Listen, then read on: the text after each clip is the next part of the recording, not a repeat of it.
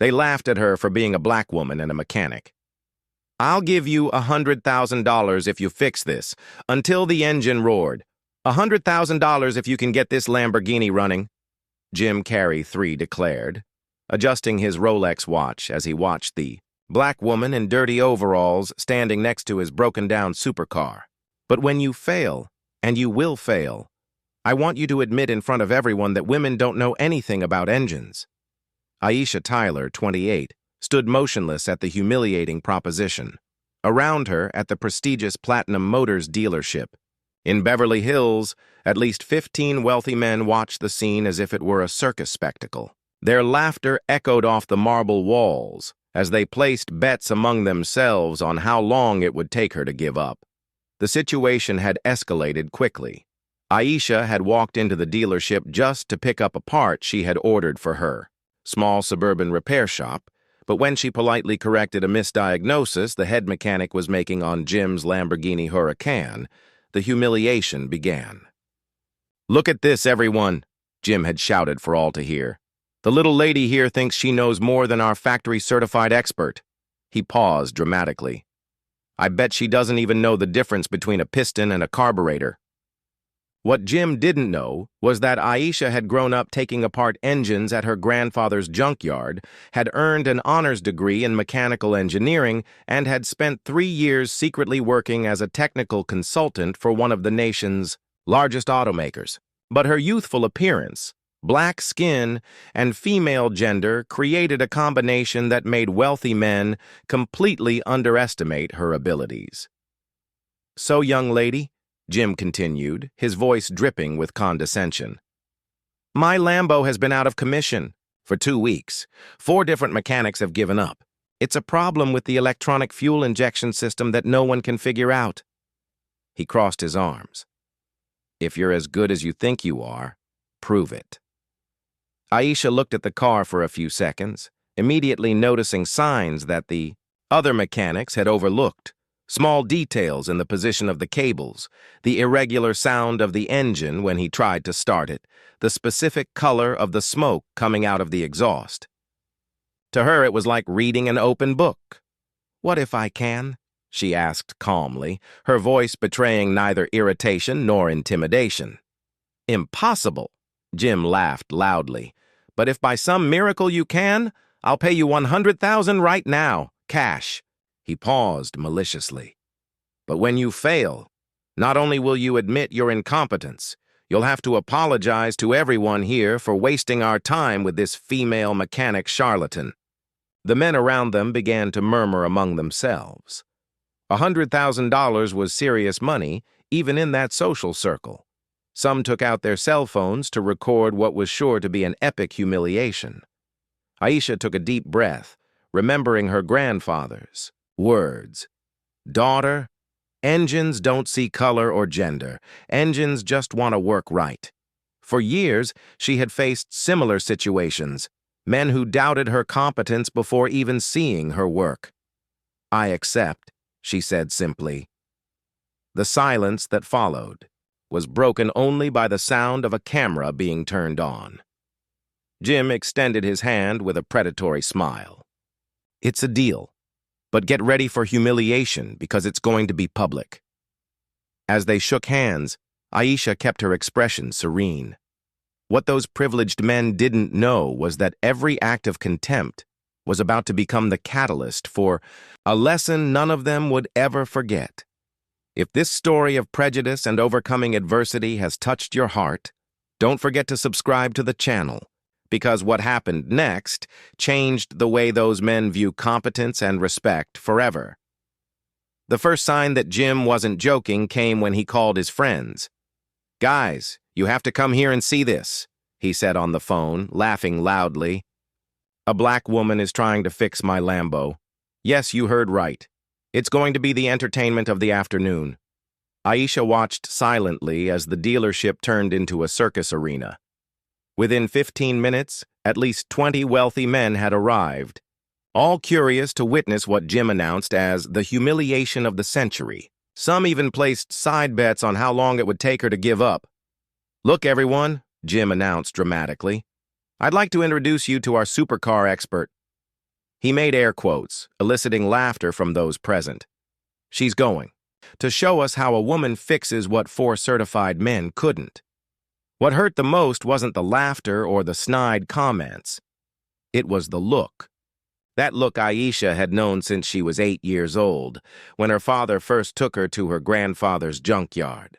The same look she got when she tried to join the boys in taking apart engines.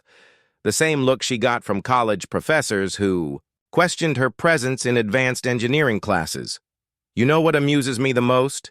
Jim continued, now clearly showing off for the audience. "It's that she actually believes she can do it. Look at her confidence." He paused dramatically. "I bet she watched a few videos on YouTube and now she thinks she's a professional mechanic." The most painful memory came back in a flash. Aisha was 16 when she got an internship at a reputable repair shop. On her first day, the supervisor put her to work organizing tools and cleaning the floor. "Women are good at organizing, not fixing," he had said in front of all the other male interns who were immediately given technical jobs. "Hey, lady," Jim's voice brought her back to the present. "Are you still there, or have you given up? Because if you've changed your mind, you can leave now without embarrassing yourself." Aisha took a deep breath and walked over to the Lamborghini. Her hands touched the hood of the car with the delicacy of someone who knows expensive machines. Immediately, she felt something that the other mechanics had missed, an almost imperceptible vibration that indicated a specific problem in the electronic management system. "Can I open the hood?" she asked calmly. "Sure, Professor," Jim replied sarcastically. "But I'll tell you now. You'll see the same thing the other 4 saw. An engine too complex for—" He stopped abruptly when he saw Aisha's expression change. She had identified the problem in less than 30 seconds. It wasn't just a matter of electronic fuel injection. Someone had installed an incompatible performance chip that was causing conflicts in the engine management system. It was a mistake that only inexperienced or dishonest mechanics would make. "Who was the last person to work on this car?" she asked, her voice remaining professional. "What does it matter?" Jim replied defensively. "The problem is that it doesn't work. You said you could fix it." Aisha noticed something interesting, Jim's sudden defensiveness, the way he looked away when she mentioned who had worked on the car. There was a story there, and she was beginning to suspect what it might be. "Of course I'll fix it," she said simply. "But I need some specific tools that you probably don't have here." "What tools?" one of the dealership mechanics asked, clearly uncomfortable with her confidence. "A European diagnostic scanner for post-2020 Lamborghini systems, an ECU reprogramming kit, and a few other technical things that—" She stopped when she saw the confused expressions. "Things that mechanics who specialize in supercars should know." The awkward silence that followed was broken by Jim. "Special tools, huh? I bet that's just an excuse for not knowing where to start." "It's not an excuse," Aisha replied, reaching for her cell phone. "I'm calling my supplier. The tools will be here in 2 hours. What she didn't say was that her supplier was actually a contact at the car manufacturer where she had worked secretly for 3 years, a contact who would not only lend her the tools, but who could also confirm her true professional identity, if necessary. While she was on the phone, Jim approached his friends. "2 hours of free theater," he muttered loud enough for her to hear. "Let's see how far she takes this charade." Aisha hung up the phone and faced Jim directly. "The tools will be here in 2 hours. Can I get to work now, or would you rather continue with the comments?" "You can work," Jim said with a cruel smile. "But when you fail, and you will fail, I want you to admit that you tried to humiliate men who have been working hard on cars for years." "Perfect," Aisha replied, her voice maintaining a calm that puzzled some of the more attentive observers. "And when I do, I hope you have the same courage to admit your own mistakes." Each new taunt only fueled something inside Aisha that those privileged men couldn't see. A determination forged by years of struggles they would never face. What none of them realized was that each malicious comment was writing her own lesson, in humility, and that the real storm was yet to come. The 2 hours passed in a climate of growing tension. Jim and his friends had turned the wait into a private party, ordering expensive champagne and making increasingly cruel bets on how Aisha would fail. Some even filmed videos for social media, preparing the content they planned to post about. "The woman who tried to cheat rich men. I bet the tools won't even arrive," laughed Jonathan Berkshire, heir to a chain of hotels. "It was probably just an excuse to buy time before admitting she doesn't know anything." Aisha remained seated in a chair in the corner, seemingly ignoring the comments. But in fact, she was watching Jim's every reaction. Every time someone mentioned previous mechanics or work done on the car, he became visibly uncomfortable. There was definitely something he didn't want to be discovered. When the Advanced Automotive Solutions truck pulled up, the room fell silent. This was no ordinary repair van, but a specialized vehicle loaded with equipment that cost more than most cars on the lot. "Aisha Tyler?" asked the tall man who stepped out of the truck wearing a spotless mechanic's uniform. "That's me," Aisha replied, rising calmly. David Morrison was a senior engineer in the performance division of Lamborghini North America. For 3 years, he had been Aisha's direct supervisor when she worked secretly as a technical consultant. He knew her skills better than anyone in that room. "I brought everything you asked for," he said, beginning to unload equipment that made the dealership mechanics look at each other with expressions of surprise. A professional diagnostic scanner, a factory ECU reprogramming kit, specific tools that even authorized dealerships didn't have. "David, this is a bit of an unusual situation," Aisha said quietly, discreetly pointing to the crowd of men watching their every move. "I saw you on the security cameras when you arrived," he replied, equally discreet. "I also noticed that the problem is probably not just technical. Would you like me to stay and provide support?" David's offer was more significant than Jim could have imagined. Aisha wasn't just gaining a technical assistant. She was gaining an official Lamborghini witness for any discoveries she might make about unauthorized modifications to the vehicle. "That would be great," she replied, knowing that David's presence would completely change the dynamics of the situation. Jim approached nervously. "Who is this guy? You can't bring outside help to an individual test?"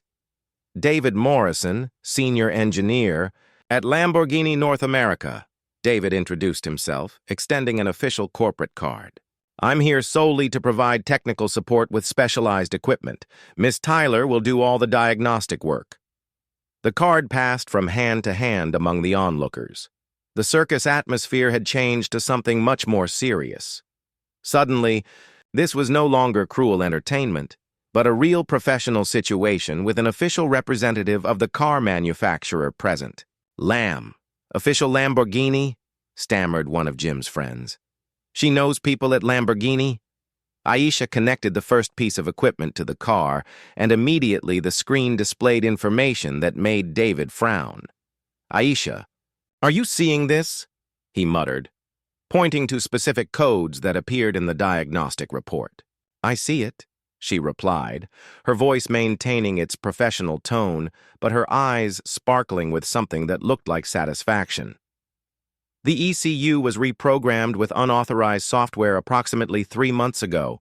A third-party performance chip was installed without proper calibration." "That's serious," David said loud enough for everyone to hear.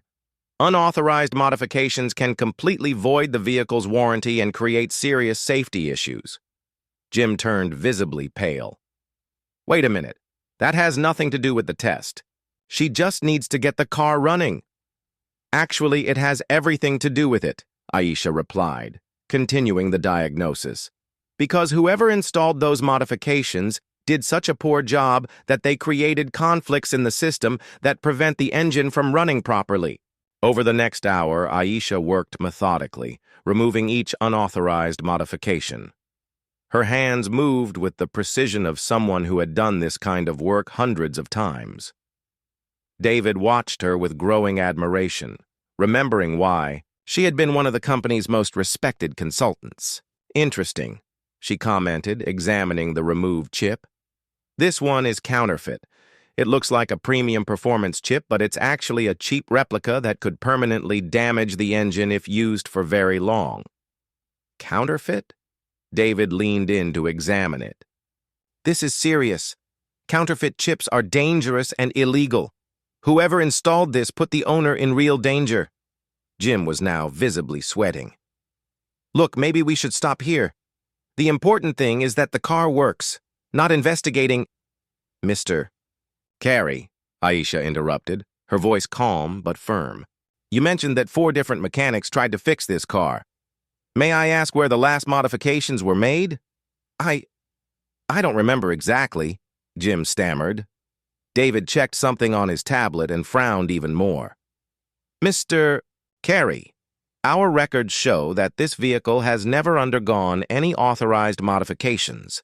Any performance work should have been reported to our headquarters. Records? One of Jim's friends asked. You have records of everything? Of course, David replied. Every Lamborghini has a complete history of maintenance, modifications, and diagnostics, especially when it involves changes to the electronic system. Aisha continued working, but now with a dual purpose. She wasn't just repairing the car, she was collecting evidence. Every counterfeit part, every poorly done modification, every sign of unprofessional work was being documented by official Lamborghini equipment. David, she said, connecting the last cable, would you please record an official technical report on what we found here? Of course, he replied, immediately understanding the importance of the request. Full report on unauthorized modifications, counterfeit parts, and potential damage to the vehicle. The silence in the workshop was deafening. The men who had been cracking cruel jokes just an hour earlier now watched as a serious technical investigation was conducted by professionals who clearly knew far more about luxury cars than any of them. Jim tried one last card. Look, this is all very interesting, but the deal was simple. Either you make the car work or you admit you can't. Aisha stopped working and looked directly at him. Mr. Carey, the car will work perfectly, but now we have a more serious situation here. She paused dramatically. Because someone clearly tried to cheat you out of your money by selling you fake and dangerous modifications, and I have a feeling you know exactly who that was. The look on Jim's face revealed that she had hit the nail on the head. There was much more to this story than a cruel bet, and Aisha was determined to uncover the whole truth. David finished setting up the last piece of equipment and looked over at Aisha. Everything's ready for the final test. Perfect, she replied, her hands positioning themselves on the ignition key. Let's see if 3 years of developing electronic systems for Lamborghini has taught me anything. As everyone held their breath, Aisha realized she was about to prove much more than her technical competence. She was about to expose a network of fraud that likely extended far beyond that Lamborghini. And Jim Carey III was beginning to realize he had bet on the wrong person.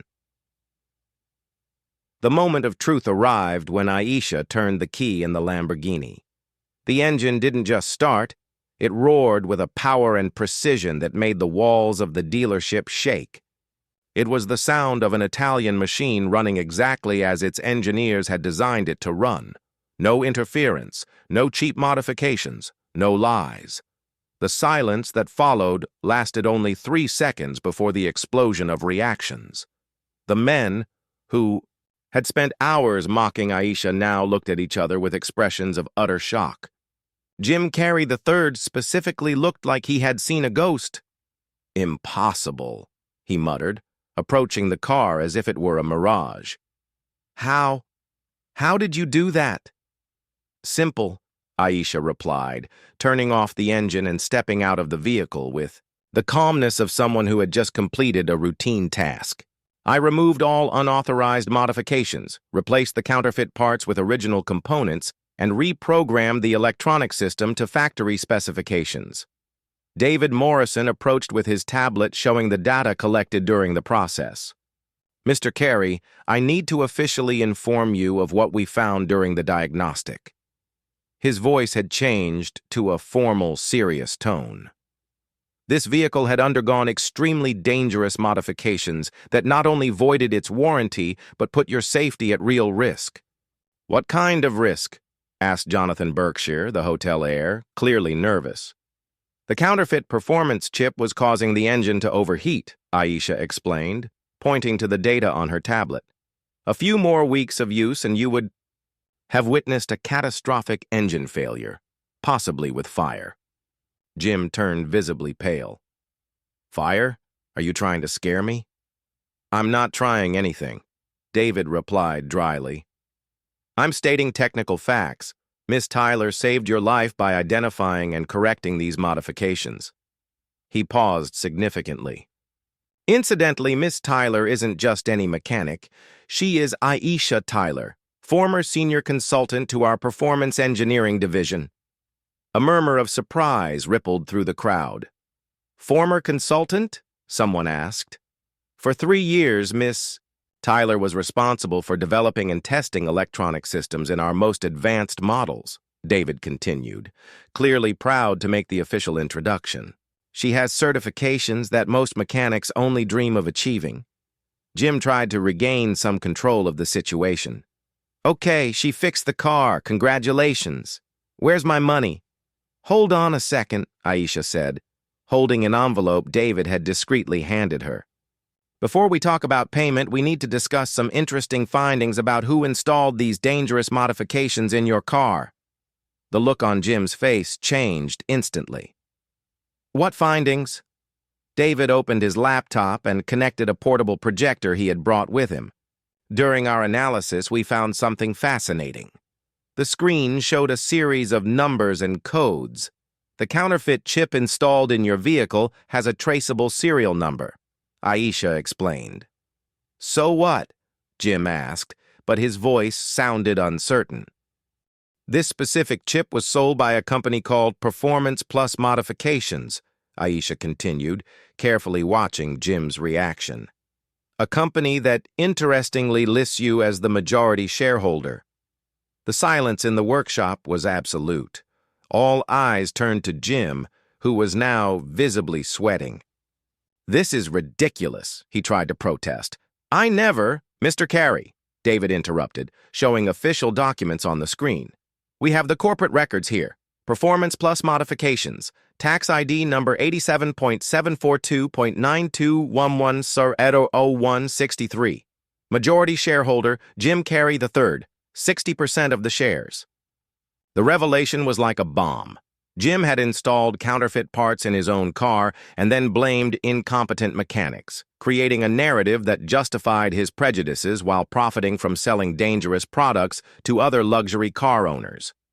Wait, Jonathan Berkshire approached, clearly disturbed. Jim, you installed fake parts in your own car? Why? Aisha took another document from the envelope. Because he needed evidence that traditional mechanics were incompetent. He created a problem he knew wouldn't be easily solved, so he could use it as justification for selling his own solutions. And that's not all, David added, showing more data. Our records show that at least 15 other Lamborghini owners have purchased modifications from this company in the last 6 months, all with the same dangerous problems. One of Jim's friends, a man named Richard Foster, was livid. Jim, you sold me a performance kit last month. My Aventador has been having problems for weeks. And I bought one for my Ferrari, another man shouted. You assured me it was factory original. The situation had completely changed. Jim wasn't just a prejudiced rich man making cruel bets. He was a fraudster who was putting lives at risk while spreading racist and sexist propaganda to cover up his crimes. Mr. Carey, David said formally, as an official representative of Lamborghini, I must inform you that we have launched a formal investigation into unauthorized modifications sold by your company. In addition, our attorneys will be contacting you regarding trademark violations and unauthorized use of our logos on counterfeit products. Aisha approached Jim, who was now visibly panicking. About our original bet, she said calmly. You promised me $100,000 if I fixed your car. The car is running perfectly. But, Jim stammered. But you also said that if I failed, you'd admit that women don't understand engines, Aisha continued. Well, your car is running, so now it's your turn to admit a few things. David turned on a professional camera he had brought with him for legal purposes. We'll need to record your official confession about the fraudulent modifications. Jim looked around the room, seeing only faces filled with anger and disgust. His own friends stared at him as if he were a dangerous stranger. In a matter of hours, he had gone from a respected, wealthy man to a publicly exposed fraud. Aisha, he tried, his voice now pleading. Can we talk privately? Maybe we can work something out. There is no deal, she replied firmly. Not only did you try to humiliate me for being a woman in black, you put lives at risk by selling defective products and used prejudice to cover up your crimes. Onathan Berkshire stepped away from Jim, visibly disgusted. Man, you're disgusting. You tried to use racism and sexism to cover up the fact that you're a criminal. David closed his laptop and addressed everyone present. Gentlemen, as an official representative of Lamborghini, I strongly recommend that anyone who has purchased modifications from Mr. Carey's company immediately contact an authorized dealership for a safety review. While Jim tried to process the complete destruction of his reputation and possibly his freedom, Aisha calmly put away her tools. She showed neither anger nor vindictiveness, just the quiet satisfaction of someone who had served justice with technical competence and moral integrity. David, she said, can you send a copy of the technical report to the police?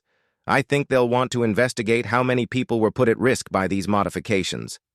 What had started as a cruel bet based on prejudice had turned into the complete exposure of a criminal scheme.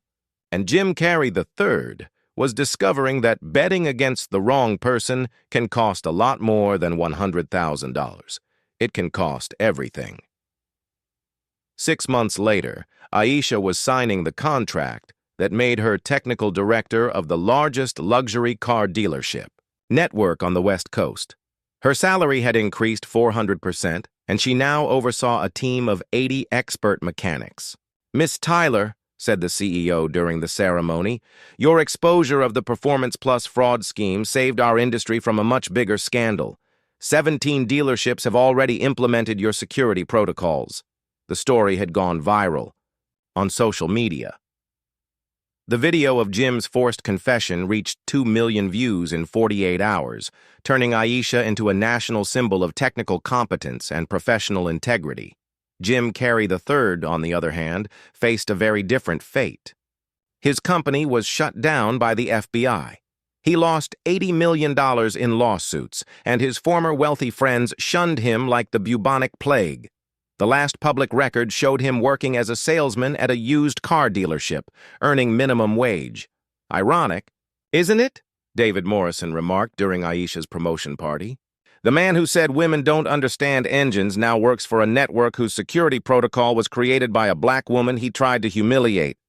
Aisha smiled, watching her diverse team celebrate.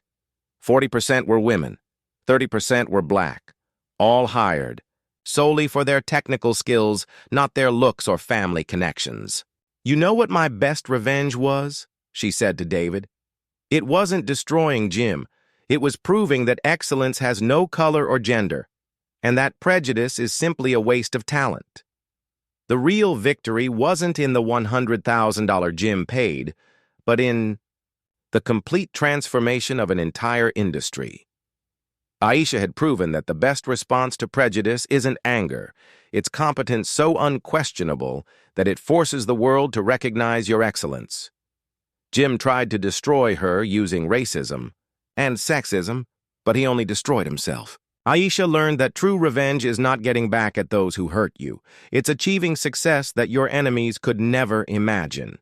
If this story of transformation and justice touched you, subscribe to the channel for more stories that prove competence always beats prejudice, and that sometimes karma needs a little technical help from us.